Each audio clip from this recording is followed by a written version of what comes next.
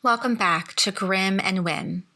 Today we will be looking into the troubling missing persons case of Angela Elaine Allen, an African-American mother of two who went missing when she was only 28 years old the day after Christmas, December 26, 1979.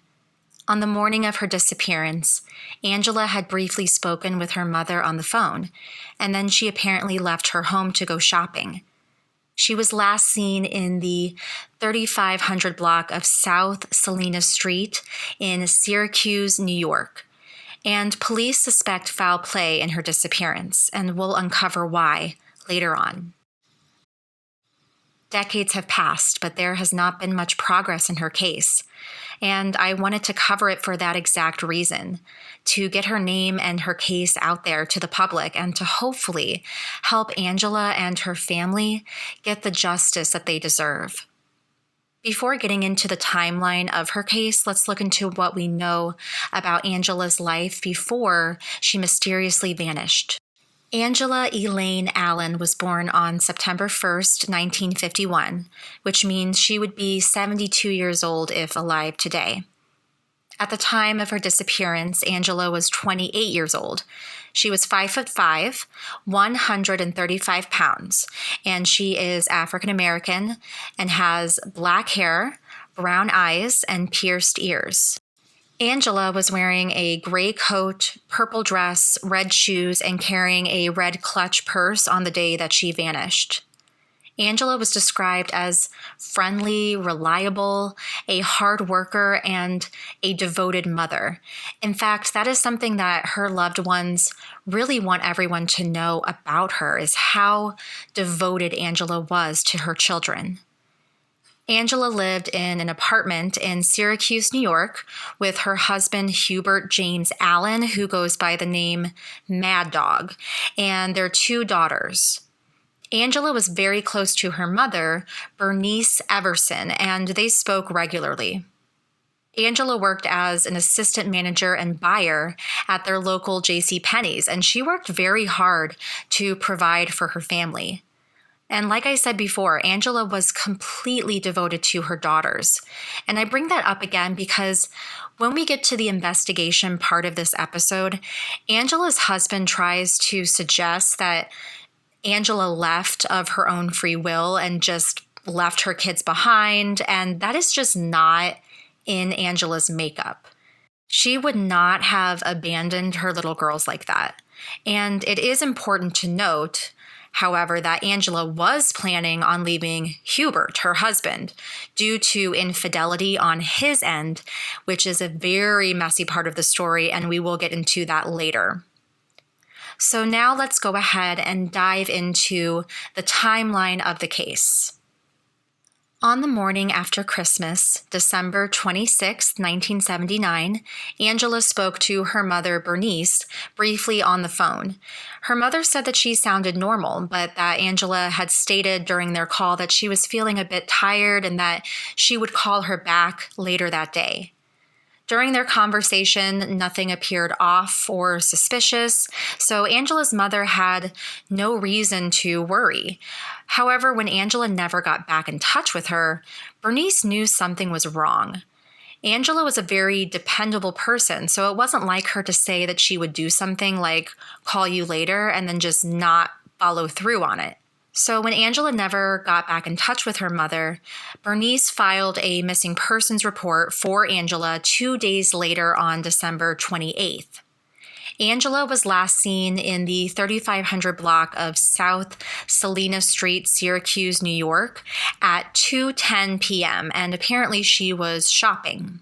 The time between that morning when Angela spoke with her mother and then 2:10 p.m. when she was apparently last seen, that time in between, nobody really knows what happened during that time frame.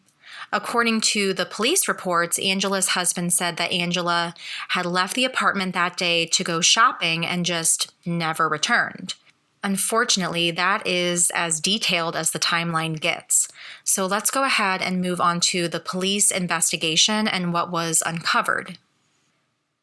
Following Angela's disappearance, Hubert quickly became a prime suspect when he attempted to pick up Angela's last paycheck at her JCPenney's job. He was already on police's radar because he's the husband, and so of course that is automatically, going to be one of the, persons of interest. But also the fact that Angela's mother was the one to file the missing person report and not Hubert, that's pretty telling. Angela and her mother were very close, but she lived with her husband. So how is it that Bernice was the first one to report her daughter missing 2 days after she had last spoken to her? I think it's weird. I'm married. I live, with my husband. And if I didn't show up for even just more than 1 day, my husband would have immediately done a missing persons report. Actually, if I went out shopping, if I told my husband, hey, I'm going out shopping, and then I just never came home, yeah, my husband would be on call with everyone that we know and then the police and everything, because it's just, it wouldn't be like me just to not be in contact with him. And also vice versa. I would do the same for my husband. And so it's just very bizarre that he never thought to ask around, ask neighbors, ask her mother, like, hey, have you seen Angela? And then even stranger that he never reported her missing. More suspicious, though, was the fact that as, the police were investigating Angela's disappearance, there was a lot of suspicious behavior coming from Hubert, and the infidelity in Angela and Hubert's marriage began being unearthed. At the time of Angela's disappearance, Hubert was actually having an affair with a woman named Lorraine Marshall, and they had a son together while Hubert was still married to Angela. Angela was planning on leaving her husband Hubert, but it is unclear when she was planning on doing this or if there was anything already in motion. We don't have Angela to fill in those gaps. And so authorities and Angela's family believe that Hubert killed Angela so that he could be with this second family that he created. And possibly also so that he could get her life insurance. According to court documents, Angela did not really have any significant property when she vanished, but she did leave behind unspecified personal property worth less than $10,000. And according to Leroy Natanson, the lawyer representing the family, Angela was entitled to benefits through JCPenney, including a term life insurance policy believed to be worth about $10,000. Also, she was entitled to a profit sharing plan worth around $2,000. And then also she was entitled to some kind of U.S. savings bond. And Angela's mother believes that Angela was murdered, but her remains have never been found. And she desperately wanted to give Angela a proper burial and a memorial service. And so even without her remains being found, she did try to attempt to have Angela declared legally dead in 1990, but she was declared legally missing instead. Thankfully, the daughters were the ones who got the assets and not Hubert. But sadly, her daughters and the rest of her family, they still don't know what happened to her and whether she is alive or dead. So let's look into what may have happened to Angela Elaine Allen and the theories that have been circulating throughout the years. Before discussing the theories, I want to stress that these are just theories and everyone is innocent until proven guilty, not guilty until proven innocent. So we can speculate, ask questions, and ponder what may have happened, but at this time, there are no confirmed suspects in this case, only persons of interest. It is widely believed that Hubert Mad Dog Allen had something to do with his wife's disappearance. And honestly, authorities and the family really don't believe that there are any other likely suspects in her disappearance other than Hubert. Hubert claims that Angela simply left him without warning one day and that he doesn't know her whereabouts. He also says that she took $11,000 in cash from their home when she disappeared, and he did not believe that she was dead. While Hubert has never been charged with Angela's disappearance, he is in prison currently for another horrific reason.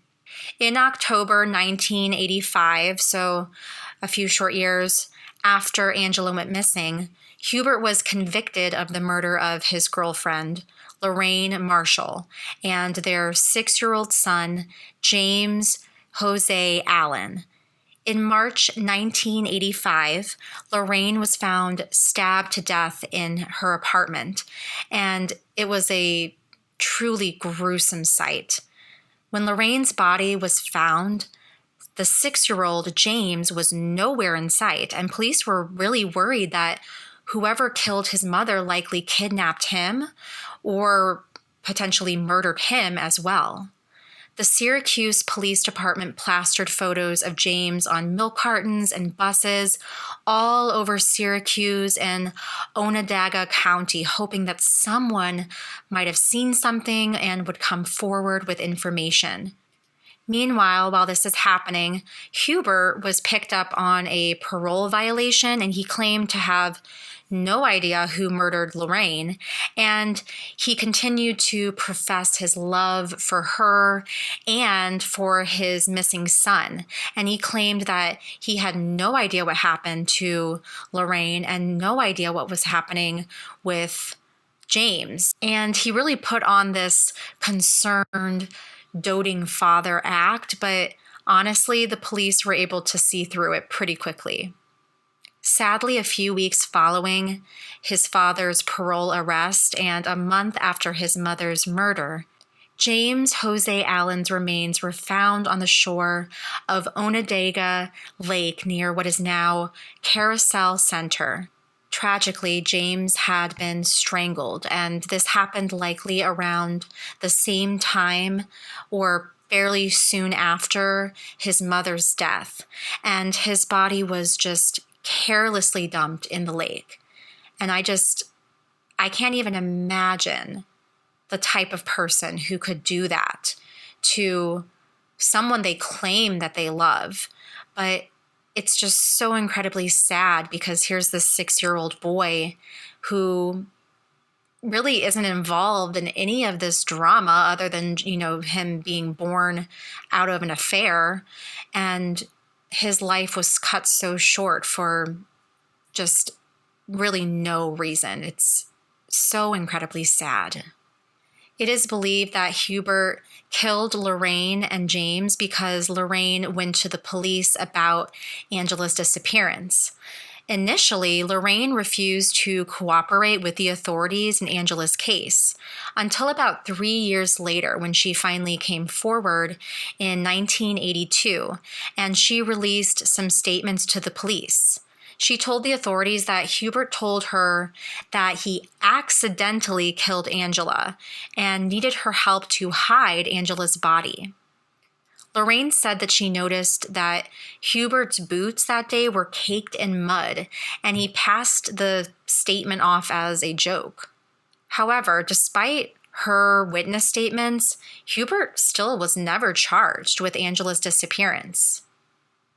However, he was thankfully convicted of the murders of Lorraine and James in October 1985, and he was sentenced to 50 years to life, and he is eligible for parole in 2035, and hopefully he is not released, even out on parole, because this man does not deserve to be out and about living his life.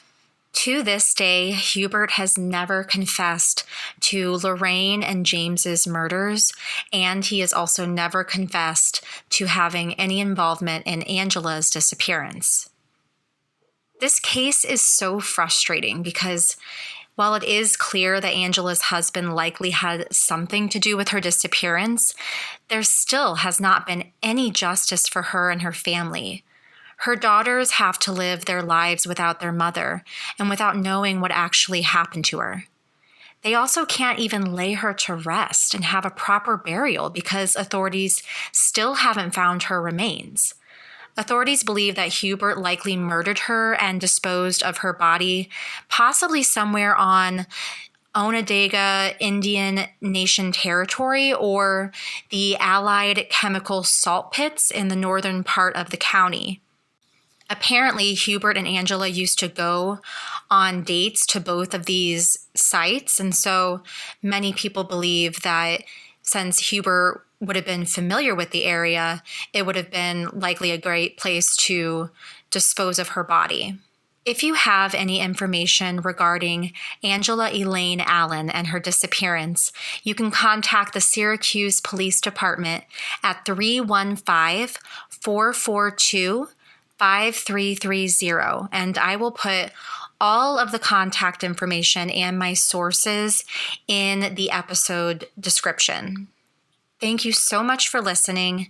Please be safe, and I will see you in the next one. Thank you so much for joining me. It's goodbye for now, but I hope to haunt you again soon.